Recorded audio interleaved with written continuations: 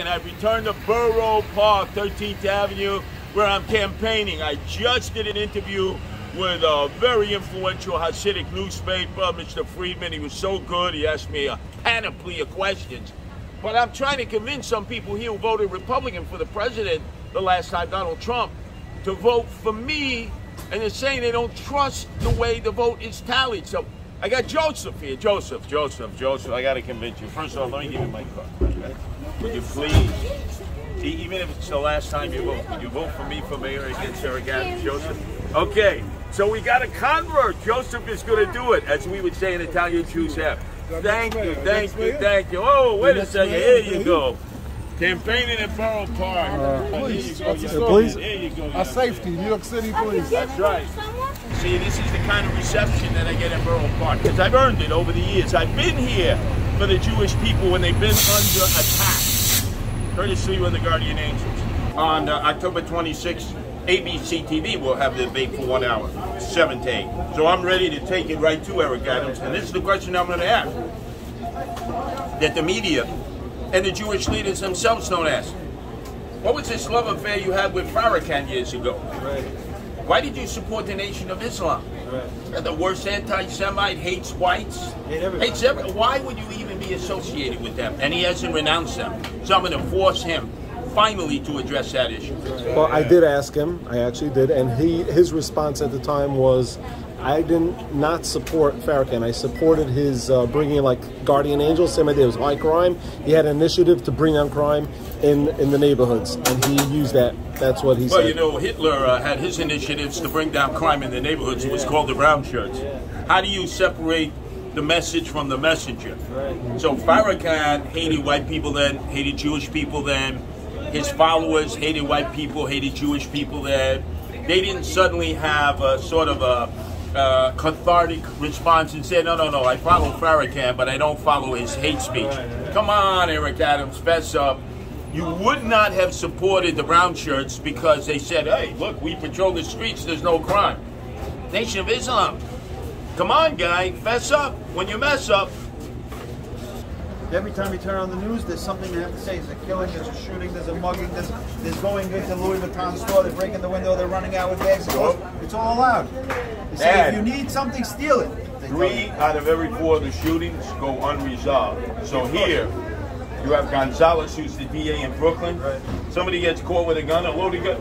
They go to remediation. They don't go to jail. Right. And Eric Adams supports this guy, Gonzalez. That's another problem. They're like, that's crazy. You get caught with a gun, a loaded gun should be mandatory year in jail. I don't care if you're 16, 17, whatever. You should not be carrying a gun. Consequences, otherwise you're going to keep doing it. Mayor de Blasio promised in 2013 when he won, and if I win, I'm going to visit Boro Park 100 times. That's what he said. He only came, I think, twice. We put him in the map. I think he came maybe twice. How many times would you come back? There's only one other place he's visited less, Rikers Island. As you know, he only visited after 4 years.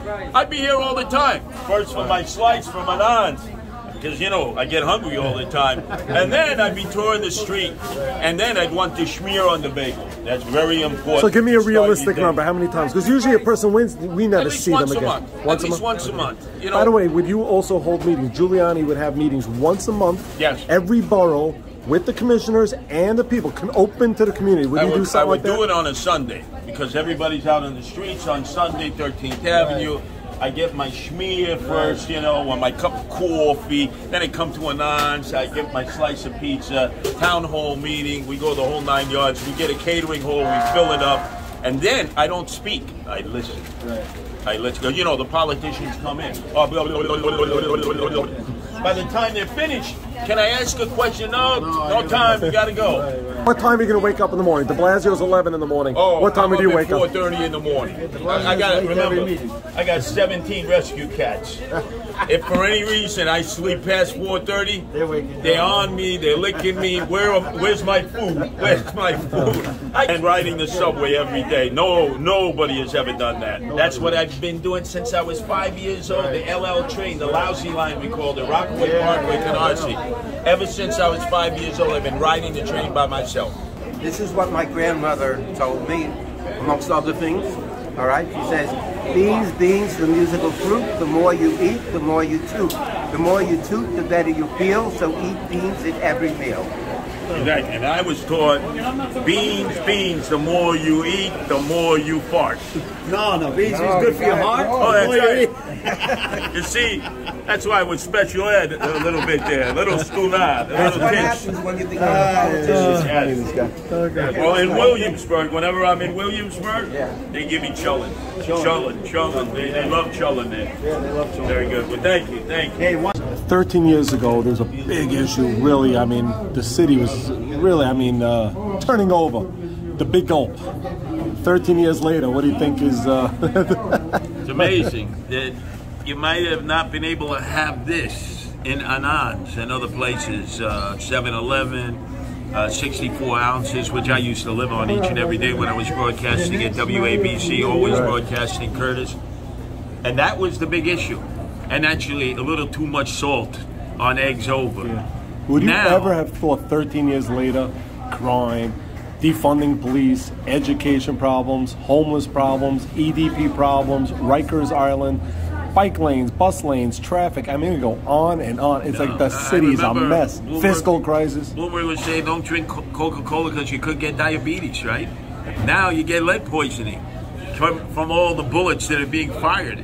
You know, it's not the shot, the vaccine, it's getting shot that's the problem in the streets. We've gone full circle. We've gone back to the days of David Dinkins, when there were 2,000 murders, 5,000 shootings, most of them unsolved. We're moving in that direction, El Rapido. I've never seen a descent this quick. Before, it was a slow descent. Now, it's a rapid descent.